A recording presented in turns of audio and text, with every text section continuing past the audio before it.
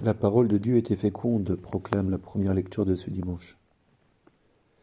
En guise d'illustration, nous y découvrons une église primitive, interrogée par la rencontre des cultures différentes, pressée par le désir d'annoncer l'évangile dans toutes les langues.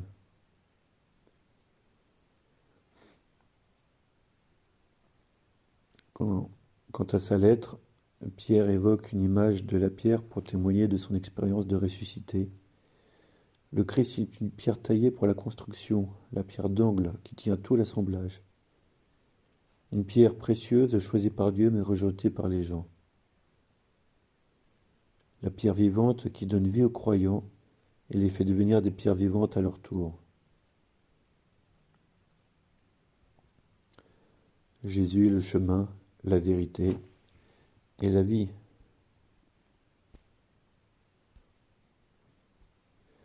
Quant à l'évangile qui reprend celui d'hier et d'avant-hier, et même celui du mercredi de la fête de Philippe et Jacques, voilà, cette répétition est l'occasion de revenir à chaque fois plus profondément sur la richesse de ce chemin qui nous est offert.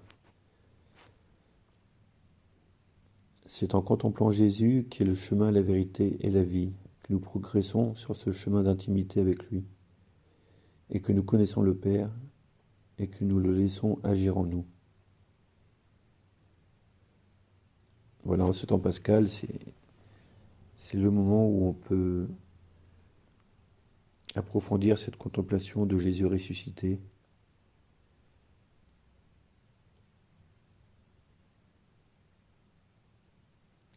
Voyons aujourd'hui ce temps comme un moment de contemplation de Jésus pour le connaître davantage et le laisser œuvrer en nous et par nous. Voilà,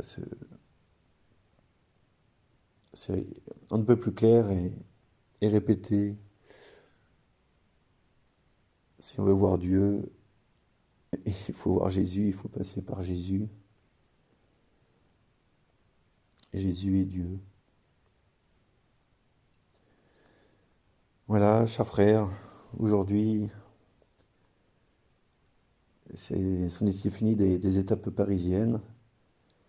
J'ai retrouvé les chemins, la terre meuble et la pluie. Mais voilà, je suis arrivé à Longpont sur Orge, où il y a une basilique toute vieille et toute tordue, mais qui renferme d'incroyables joyaux. C'est assez fabuleux. Entre la Vierge de Notre-Dame de Bonne-Garde, Vierge couronnée par le pape, et l'ensemble des reliquaires qui est le plus grand reliquaire de France, où il y a je crois même qu'il y a plus d'un millier de reliques de, de partout, de toutes les époques, de tout type. C'est assez vertigineux, et que cette communion des saints soit rassemblée en un lieu, et je trouve une merveilleuse idée. Voilà, en vous souhaitant une bonne soirée à tous.